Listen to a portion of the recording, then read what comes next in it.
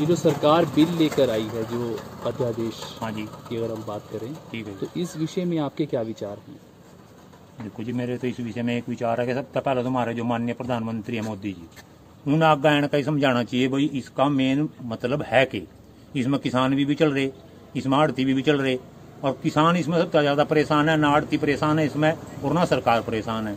ये रही बात एमएसपी की, अब अगर बिहार में देखें तो बिहार में तो आज तक कई साल पहले एमएसपी और ये जो उन्होंने रखा ये अध्यादेश लागू रखा, वहाँ एमएसपी रेट मक्की का 1750 रुपए और बिकन लग रही 900 950 रुपए, तो एमएसपी दे का फायदा क्या होया? अब अगर सरकार हमारे यहाँ पे अगर हमें एमएसपी वो कह रही मैं खुद दूंगी, चलो वो एमएसपी दे दो, लेकिन उसके बाद जो प्राइवेट खरीद होगी तो उसमें सरकार गारंटी क्यों दे रही? भाई हम अगर प्राइवेट खरीदवाएंगे तो हम उन्हें जो एजेंसी खरीदेंगी उनके लिए कानून बनाओगे, भाई आप इस एमएसपी का जो ये रेट है इसका कम नहीं दे सकते, आप इसी रेट फसल आपने लेनी पड़ेगी ताकि किसान ने घाटा ना होगा जी।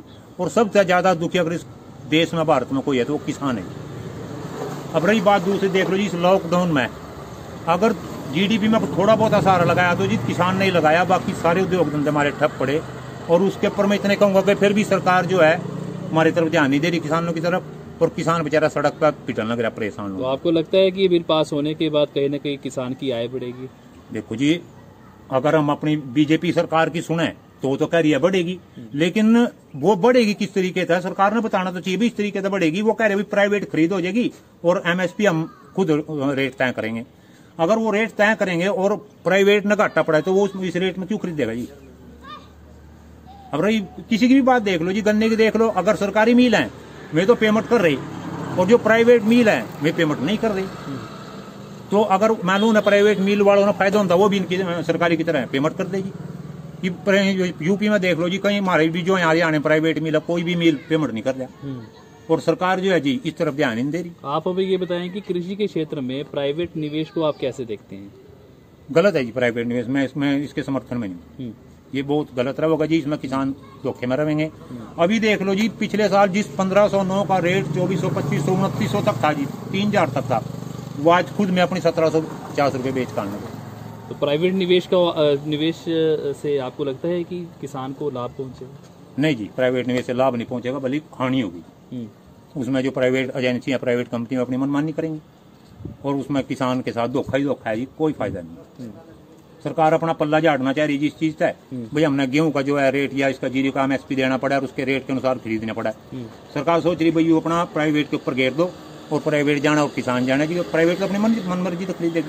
आप हमें ये बताएंगे कृषि बल एपीएमसी मंडियों पर किस प्रकार असर करेंगे? देखो जी, इसके बारे में तो मैंने ज्ञान नहीं है भाई किस प्रकार असर करेंगे, लेकिन मेरा जो कहने का मतलब यही है कि जो सरकार पहली जो नीति थी भैया एमएसपी सरकार खुद तय कर रही और उसके आधार पर किसानों ने पैसा मिल रहा है वो ठीक था जी। और ये जो सोच रही भाई एमएसपी वो खुद तय करेंगे और फसल खरीदेंगे प्राइवेट, तो प्राइवेट तो अपने मन मर्जी तक खरीदेंगे जी। तो आपको लगता है कि एपीएमसी मंडियों में दिखते हैं?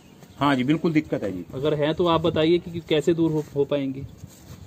दूर तो सरकार चाहे जब भी दूर होंगी जी, इसमें तो सबकी मिली भगत चल रही। अब हम जीरी लेकर जावा जी मंडी में, जीरी में वहाँ वो उठा कर देखेंगे तो गिल्ली है, जीरी बेच सकता है पूरी सूखी पड़ी जी, उसके बावजूद में गिल्ली बताया कमें।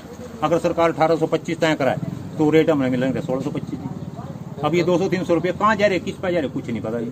अब ये हमारे यहाँ जी मोदी साहब कह रहे भाई खाते में पेमेंट आ गई, भाई खाते में पेमेंट तो जी आओगी जी, सही रेट बिकेगी और चलो पेमेंट आए भी की हम उसका करेंगे कि जी, क्योंकि वो तो हमने फिर पता भी सरकार ने रेट तय कर दिया और जो देने वाले हैं वे हैं प्राइवेट। तो किसानों को भी किस किस दिक्कतों का सामना करना पड़ रहा है जी? सबसे पहले तो मेन दिक्कत ये हो रही, जब भी कोई फसल पक्का तैयार होगी उससे पहले सरकार कुछ न कुछ ऐसा पंगा कर देगी कि सारे किसान दुखी हो जाएंगे। अब जीरी है जी, देखो जीरी कटन लग रही, इन अपना हड़ताल करके बैठ के जी, और हड़ताल में क्या करेंगे जी, इसमें जो आड़ती है फायदा उठावेंगे। जीरी का रेट होना चाहिए इस टाइम कम से कम 2500-3000, बिकन लग रही 1500-1600। क्यों?